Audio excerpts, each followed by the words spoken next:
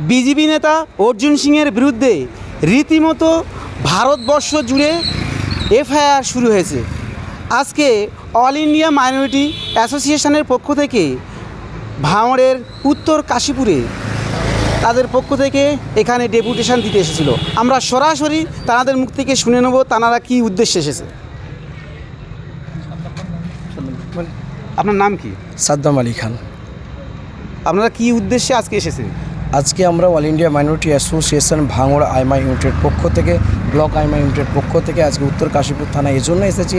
আপনারা প্রত্যেকেই জানেন, শুধু বাংলা নয়, ভারতবর্ষের মানুষ আজকে জেনে গিয়েছে ডিজিটাল মিডিয়ার যুগ, ইলেকট্রনিক্স প্রিন্টিং মিডিয়ার যুগে অর্জুন সিং ইয়ানি বিজেপির নেতা যেভাবে ইসলাম সম্পর্কে কুরুচিকর মন্তব্য এবং হলিউড কোরআন সম্পর্কে যে কুরুচিকর মন্তব্য করেছে, সেই কুরুচিকর মন্তব্যের বিরুদ্ধে আমরা এখানে এফআইআর করতে এসেছি।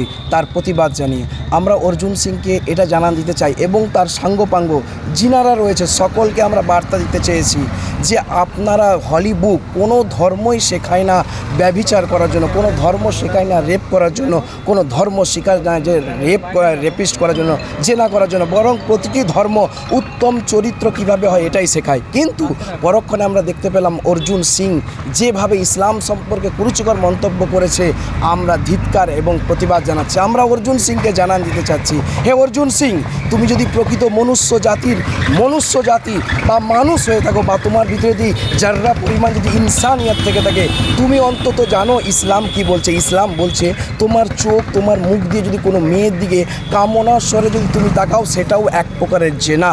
এজন্য আমি জানিয়ে রাখি, হে অর্জুন সিং, তুমি হয়তো জানো না, হে অর্জুন সিং, তুমি হয়তো বোঝো না, আমি তোমাকে বোঝাচ্ছি। Almighty Lord, Almighty creator Sage, do not approach any unlawful sexual intercourses and is evil and way. আমরা তাদেরকে জানা দিতে চাই যে ইভেলের যে ওয়ে, শয়তানের যে রাস্তা, সেখানে যেতেই বারণ করা হয়েছে, কারণ ওই রাস্তাগুলোই হচ্ছে প্রকৃতপক্ষে মানুষকে খারাপের দিকে নিয়ে যাবে। তাই আমরা জানান দিতে চাই, হে অর্জুন, তুমি যদি না জানো, তোমার কাছে যদি বাংলা কোরআন যদি না থাকে, তোমরা যদি বাংলা যদি ভার্সান কোনো হাদিস না থাকে, আমরা তোমাকে প্রোভাইড করব। তোমরা জানো ইসলামে প্রকৃতপক্ষে বলা আছে রজম, বেত্রাঘাত। যদি কোনো অবিবাহিত পুরুষ যদি রেপ করে, জেনা করে, ব্যভিচার করে, 100টা বেত্রাঘাত তাকে মারবে, 100টা বেত্রাঘাত। আর রজম বলা আছে যদি কোনো বিবাহিত পুরুষ যদি রেপ করে, জেনা করে, ব্যভিচার করে, সেখানে বলা হয়েছে রজম ইয়ানে কোমর পর্যন্ত তাকে মাটিতে পুঁতে তাকে পাথর নিক্ষেপ করে হত্যা করা। হে অর্জুন, হে তোমার সাঙ্গপাঙ্গ, হে আরএসএসের বুনিয়াদ, হে বিজেপির বুনিয়াদ, তুমি শুনে রাখো, তুমি আজকে যা ইসলাম সম্পর্কে কুরুচিকর মন্তব্য করেছো, শুধু ইসলাম নয়, বরং প্রতিটি ধর্মকে তুমি অবমাননা করেছো, প্রতিটি ধর্মের বিরুদ্ধে তুমি কথা বলেছো। তুমি মানুষ হও, আগামী দিনে সুষ্ঠু সমাজ গড়ার লক্ষ্যে। তুমি যদি মানুষ না হতে পারো, তুমি আমাদেরকে বলো, আমি তোমাদেরকে বাংলা কোরআন, আমি তোমাদেরকে বাংলা হাদিস তোমার বাড়িতে পৌঁছে দেবো। ভাঙড় আইমার পক্ষ থেকে আমাদের ঘটকপুকুর বাজার বা ভাঙড় এই অর্জুন সিংয়ের না যদি গ্রেপ্তার করে, আমরা বিশাল বেগে প্রতিবাদ সভা করবো, আন্দোলন আরও এর চাইতে বিগে গড়ে তুলব। ঠিক আছে, আইমার পক্ষ থেকে আমরা এই প্রতিবাদ সভা করব। এই প্রথম কাশীপুর, উত্তর কাশীপুর থানায়, তারপরে ভাঙড় থানায় আমরা যাবো এখনই গিয়ে আমরা করব।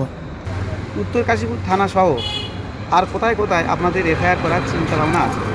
আমরা অল ইন্ডিয়া মাইনরিটি অ্যাসোসিয়েশন এই ভাঙড়ে দাঁড়িয়ে আজকে বলছি, বিগত দিনে আমরা এভাবে করেছি, কিন্তু প্রশাসন কোনো ব্যবস্থা নেয়নি।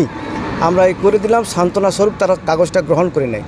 কিন্তু এবারের ক্ষেত্রে একটু এক্সেপশনাল হবে। আমরা যে সমস্ত থানাগুলোতে অভিযোগ দায়ের করছি, প্রকৃত অর্জুন সিংয়ের বিরুদ্ধে কী ব্যবস্থা নেওয়া হয় আমরা সেটা দেখব। নাহলে আমরাও কিন্তু গণতান্ত্রিক পদ্ধতিতে আমরা আন্দোলন করব। তখন যদি আইন বিঘ্নিত হয়, তার দায় কিন্তু প্রশাসনের থাকবে।